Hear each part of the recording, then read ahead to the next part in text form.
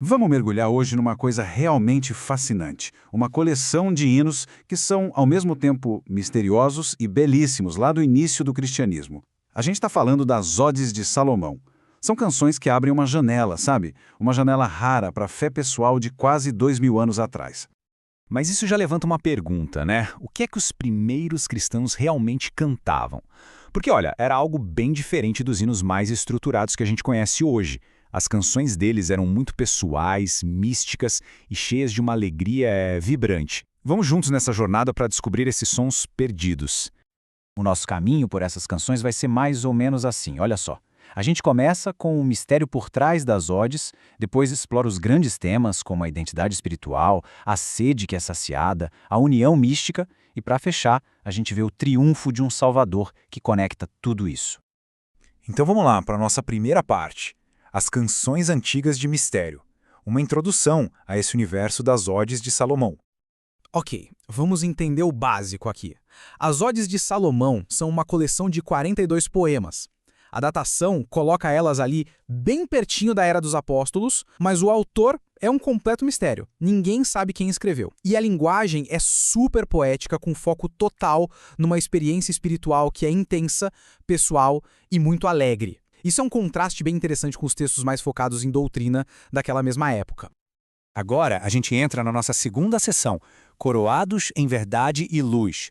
Aqui a gente vai explorar o que seria uma nova identidade espiritual. Um dos primeiros e mais fortes símbolos que aparecem nas odes é o da coroa. Essa citação, logo da primeira ode, já dá o tom de tudo. A coroa aqui não é um objeto de realeza da terra, sabe? Mas sim um símbolo da presença constante e protetora do divino. E o que é realmente genial aqui é o contraste que a ode 1 faz. Ela coloca lado a lado a coroa murcha do mundo, que é temporária, não brota, não é em nada, com a coroa de verdade. Essa coroa divina, por outro lado, é viva. Ela floresce na cabeça de quem crê e os frutos dela são a salvação. É uma virada de chave completa sobre o que significa status e valor. Beleza? Vamos agora para a nossa terceira sessão, Bebendo a Água Viva. É um tema sobre como saciar uma sede espiritual muito profunda. Outra imagem muito marcante é a da água. A alma é descrita como se estivesse com sede, sabe? Ressecada. E a intervenção divina vem como um rio que transborda, oferecendo vida e restauração para todo mundo que bebe dessa água. Então, o ponto central que a gente viu bem na Ode 6 é esse processo em 4 etapas. Tudo começa com o reconhecimento da sede. Depois, um riacho divino aparece e se torna um rio poderoso. A bebida é oferecida de graça e o resultado final é nada menos que a restauração completa. Almas que estavam perto de partir são trazidas de volta da morte. É muito forte isso. Nossa quarta sessão agora nos leva ao coração das odes, o amante e o amado. Uma união que é descrita como profunda e mística. Agora a gente entra no tema talvez mais íntimo de todos. A relação com o divino é descrita aqui com termos de um amor apaixonado, sabe? Essa pergunta da Ode 3 mostra que o amor divino só pode ser entendido de verdade através da experiência mútua, de amar e ser amado.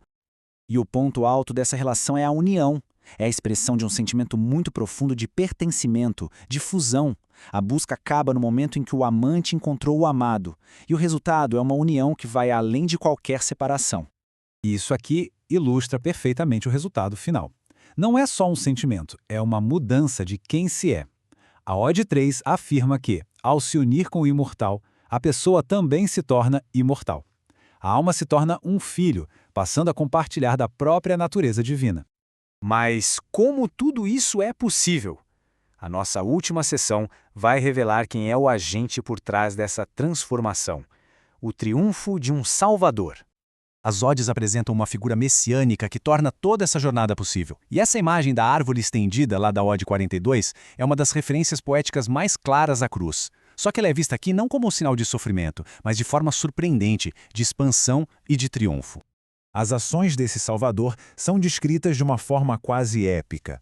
Ele quebra as grades das prisões, liberta os cativos e, o ponto mais importante, ele desce ao Sheol, o reino dos mortos, e lá ele reúne uma congregação de vivos e lidera todos para fora das amarras das trevas. É, na essência, a vitória sobre a própria morte. E é aqui que tudo se conecta. O triunfo do Messias é a chave que faz com que a coroa da verdade, a água viva e a união com o amado se tornem uma realidade acessível. Ele é o agente que abre o caminho para essa transformação espiritual tão profunda que a gente vê em todos os hinos. Isso tudo nos deixa com uma pergunta para a gente pensar, né? O que essa ênfase toda na experiência pessoal, na alegria, na união mística, o que tudo isso nos diz sobre a fé lá nos primeiros dias do cristianismo? Talvez ela fosse muito mais vibrante e íntima do que a gente costuma imaginar.